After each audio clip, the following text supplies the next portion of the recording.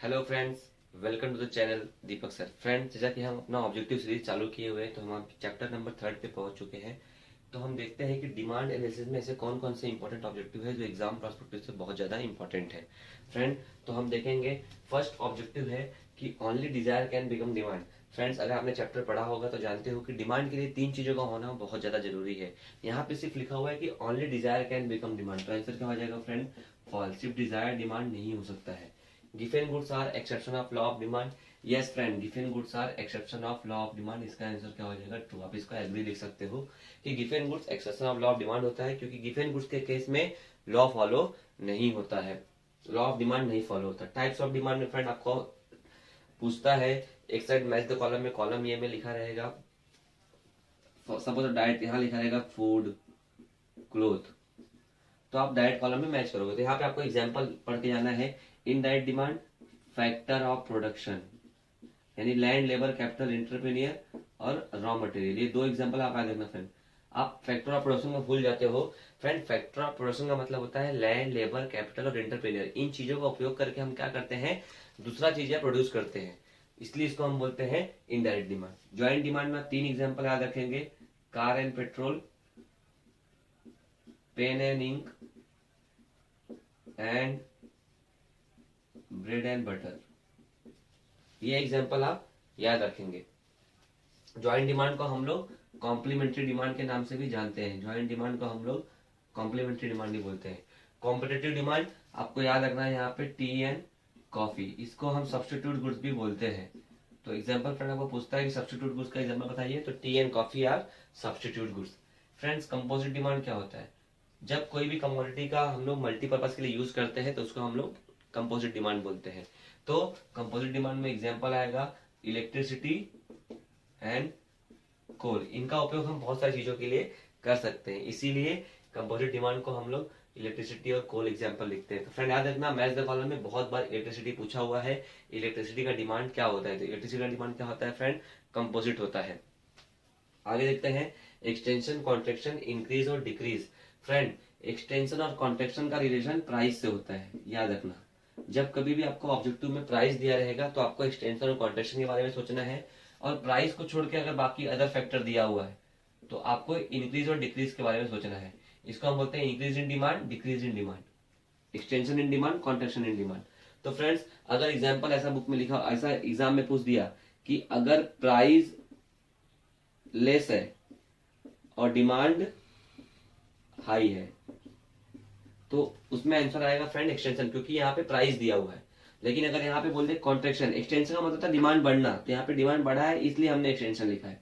अभी यहाँ पे कॉन्ट्रैक्शन, कॉन्ट्रैक्शन मतलब क्या होता है? डिमांड लेस, तो लेस डिमांड होगा। फ्रेंड, डिमांड कब कम होता है? जब प्राइस ज्यादा होता है। यहाँ पे हमको सिर्फ प्राइस टर्म ही देखना है फ्रेंड। इसका मैं ऑब्जेक्टिव बनाता हूँ, बताता हूँ आपको कैसे बनेगा। Increase in demand, increase demand में क्या होगा फ्रेंड? प्राइस सेम रहने वाला है, बाकी सब फैक्टर चेंज होंगे। तो आपको लिखा रहेगा वहां पे प्राइस रिमेन सेम, इसमें भी वही लिखा रहेगा प्राइस रिमेन सेम। अब मान लीजिए अगर इनकम बढ़ा है, इनकम बढ़ने पे डिमांड बढ़ा है, तो एक्सटेंशन इन डिमांड। एडवर्टाइजमेंट अच्छा हुआ है, एडवर्टाइजमेंट बहुत ज्यादा हुआ है, उसके वजह से डिमांड बढ़ा है, तो एक्सटेंशन, इसको हम क्या बोलेंगे? इंक्रीज इन डिमांड बोलेंगे। यानी प्राइस सेम रहेगा और अदर फैक्टर के चेंज होने की वजह से डिमांड बढ़ा है, तो उसको हम बोलेंगे increase in demand. Same to same ऐसे हम डिक्रीज बोले, अगर मान लीजिए क्लाइमेट कंडीशन में कुछ प्रॉब्लम आया, जैसे ट्रांसपोर्ट फैसिलिटी में प्रॉब्लम आया है, तो क्लाइमेट कंडीशन चेंज होने की वजह से इसके अंदर कुछ चेंजेस हुआ, तो डिमांड के अंदर चेंजेस हुआ, यानी डिमांड कम हो गया। तो डिमांड कम हो गया तो हम लोग क्या लिखेंगे? Decrease in demand. अगर डिमांड कम होता है दूसरे प्राइस को छोड़ के बाकी सब अदर रीजन से, तो फ्रेंड अगर मान लीजिए मेरा इनकम कम हो गया और मेरा डिमांड कम हो गया, इनकम भी कम हो गया और डिमांड भी सीधी बात है कम हो जाएगा इनकम कम होने के बाद, तो इसलिए इसको हम लोग क्या बोलते हैं? Decrease in demand. Friend, price का रिलेशन यहाँ पे नहीं रहेगा। तो एग्जाम में क्वेश्चन कैसे पूछता है? आपको एग्जाम में ऐसे क्वेश्चन पूछ देगा, when less quantity is demanded at high price. Friend, यहाँ पे प्राइस पूछ दिया, तुरंत आपको प्राइस जैसे ही पूछेगा वैसे 2 ऑप्शन गायब हो जाएंगे। इंक्रीज डिक्रीज को आपको सोचना नहीं है, क्योंकि एक्सटेंशन और कॉन्ट्रैक्शन का रिलेशन प्राइस से होता है। तो फ्रेंड यहाँ पे आप देखेंगे क्वांटिटी क्या है, लेस डिमांड है, लेस का मतलब कम, यहाँ पे कम कहाँ पे है, कॉन्ट्रैक्शन में, तो इसका आंसर क्या आ जाएगा, कॉन्ट्रैक्शन, क्योंकि प्राइस ज्यादा है और डिमांड कम है, यानी में यही लिखा हुआ high price less demand less demand. Second price आप पूछ सकता है, higher quantity is demanded at less price is dash in demand. Friend यहाँ पे फिर से प्राइस बोल दिया है, प्राइस का रिलेशन किससे, एक्सटेंशन और कॉन्ट्रैक्शन से। तो आप देखेंगे यहाँ पे higher quantity is demanded, higher quantity is demanded मतलब ज्यादा क्वांटिटी डिमांड हुआ है, ज्यादा मतलब एक्सटेंशन, तो यहाँ पे क्या लिखोगे आप, एक्सटेंशन इन डिमांड। तो क्लियर हो गया फ्रेंड्स। ऐसे ही सेम टू सेम यहाँ पे इंक्रीज और डिक्रीज के भी लिखा रहेगा, वहां लिखा रहेगा प्राइस सेम है, प्राइस सेम है, बाकी सब फैक्टर चेंज है। तो अगर लिख देगा income increases, sorry demand increases, demand increase हुआ है ड्यू टू इनकम, या तो अदर फैक्टर में कुछ भी लिख सकता है, इज डैश डिमांड। तो फ्रेंड डिमांड इंक्रीज हुआ है, प्राइस की वजह से हुआ है क्या, नहीं, तो प्राइस को आप छोड़ दो, अदर फैक्टर में क्या आता है, इनकम, तो डिमांड इंक्रीज हुआ है, डिमांड इंक्रीज हुआ है मतलब इंक्रीज इन डिमांड। एकदम सिंपल है फ्रेंड, एकदम सिंपल समझने के लिए। अगर हम देखते हैं फ्रेंड इनवर्स रिलेशन, एग्जाम में पूछता है प्राइस और क्वांटिटी डिमांड के बीच में कौन सा रिलेशन था। तो फ्रेंड आप जानते हो, whenever the price of commodity is high demand is less, and whenever the price of commodity is less quantity demand of commodity is high. यानी ये दोनों का जो एरो है अपोजिट डायरेक्शन में चलता है, और इसी अपोजिट डायरेक्शन को हम इनवर्स रिलेशन पूछते हैं। तो प्राइस एंड क्वांटिटी डिमांड में कौन सा रिलेशन फ्रेंड, इनवर्स रिलेशन। कौन सा रिलेशन, क्रॉस रिलेशन, उल्टा रिलेशन है। तो जब कभी भी प्राइस ज्यादा होगा डिमांड कम होगा, प्राइस कम होगा तो डिमांड ज्यादा होगा। फ्रेंड अभी हम पढ़ेंगे exception of law of demand में पूछता है कि given goods is the exception of law of demand. तो आंसर क्या होगा friend, true is the exception of law of demand. Price relation, ये सब पॉइंट आपको याद रखने हैं और ये सब एक्सेप्शन है। तो एक क्वेश्चन आया था friend, habitual goods, in case of habitual goods law of demand does not hold true. Habitual goods के केस में लॉ ऑफ डिमांड फॉलो नहीं होता है। फ्रेंड आंसर ट्रू होगा, क्यों, law of demand habitual goods के लिए क्यों नहीं होता है, बिकॉज फ्रेंड अगर मुझे किसी चीज की हैबिट है तो उसका अगर प्राइस बढ़ जाए तो कुछ भी हो जाए मैं डिमांड कम करने वाला नहीं हूं, क्योंकि उस गुड्स की मुझे आदत लग चुकी है। इसीलिए फ्रेंड हैबिचुअल गुड्स के केस में लॉ ऑफ डिमांड फॉलो नहीं होता है। नेसेसरी गुड्स और फैशनेबल गुड्स सेम है। मैं एक्सेप्शन वाले वीडियो में इस पूरे 6 पॉइंट को मैंने एक्सप्लेन किया है, वहां से रेफरेंस ले सकते हो। फ्रेंड अगला क्वेश्चन आता है, demand curve has dash slope. तो फ्रेंड डिमांड कर्व का स्लोप क्या होता है, डाउनवर्ड होता है, डी से डिमांड और डी से डाउनवर्ड। इसी स्लोप को हम लोग निगेटिव स्लोप भी बोलते हैं। तो demand curve has a negative slope. Friend ये दो क्वेश्चन बहुत ही ज्यादा इंपॉर्टेंट है और बहुत ही ज्यादा बच्चों को कंफ्यूज करता है कि सर ये इंफीरियर गुड्स और इनकम के बीच में क्या रिलेशन है। तो मैं आपको बता दूं फ्रेंड कि इंफीरियर गुड्स क्या होता है, पहला क्वेश्चन तो यही है। तो गिवन goods is known as a inferior goods. तो जो भी गिवन गुड्स होते हैं हम उनको क्या बोलते हैं, इंफीरियर गुड्स के नाम से जानते हैं। तो गिवन goods are also known as a inferior goods. साथ ही साथ अब देखेंगे ये जो क्वेश्चन पूछा है इंफीरियर गुड्स और इनकम, तो मैं आपसे क्वेश्चन पूछता हूं कि अगर इनकम बढ़ेगा तो आप इंफीरियर गुड्स का डिमांड ज्यादा करोगे कि कम करोगे। इंफीरियर गुड्स का मतलब होता है खराब गुड्स। तो एक बार मैं फिर से क्वेश्चन रिपीट करता हूं, अगर आपका इनकम बढ़ेगा तो आप इंफीरियर गुड्स का डिमांड क्या करोगे। तो जब इनकम बढ़ेगा तो मैं खराब माल कम खरीदूंगा। एक एरो ऊपर एक एरो नीचे, यानी कौन सा रिलेशन, इनवर्स रिलेशन।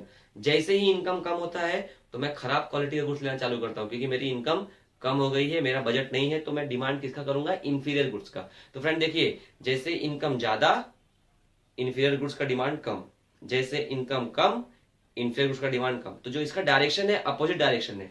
तो जो इनके बीच में रिलेशन है इंफीरियर और इनकम के बीच में, इसको हम लोग बोलते हैं inverse relation.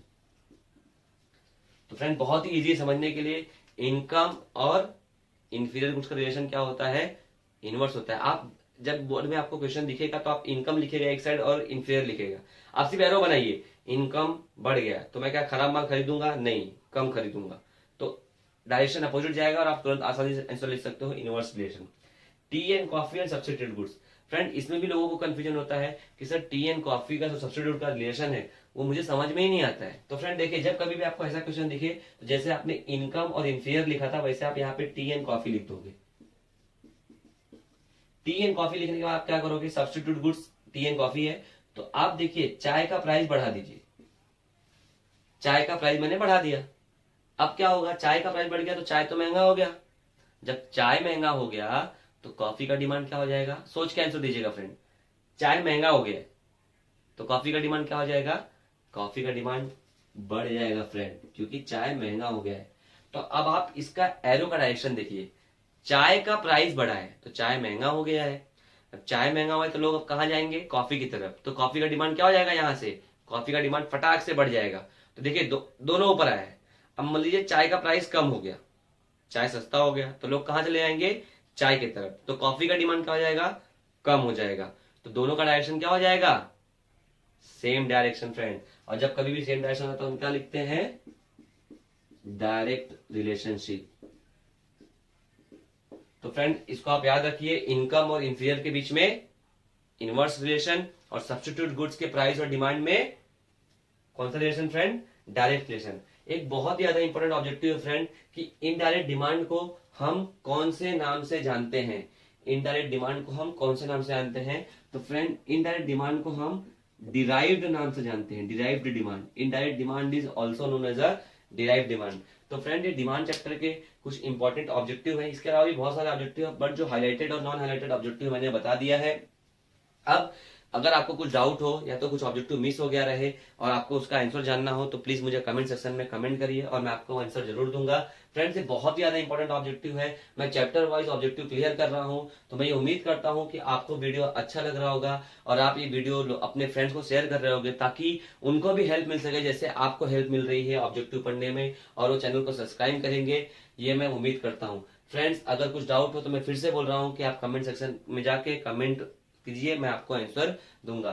Thanks for watching channel friends, because मुझे ऐसा लगता है कि अगर आपका ऑब्जेक्टिव क्लियर होता है तो आपका कॉन्सेप्ट भी चैप्टर में वाइज क्या हो जाएगा, क्लियर हो जाएगा। तो friends thanks for watching my channel and thanks for subscribing my channel. Thanks a lot friends.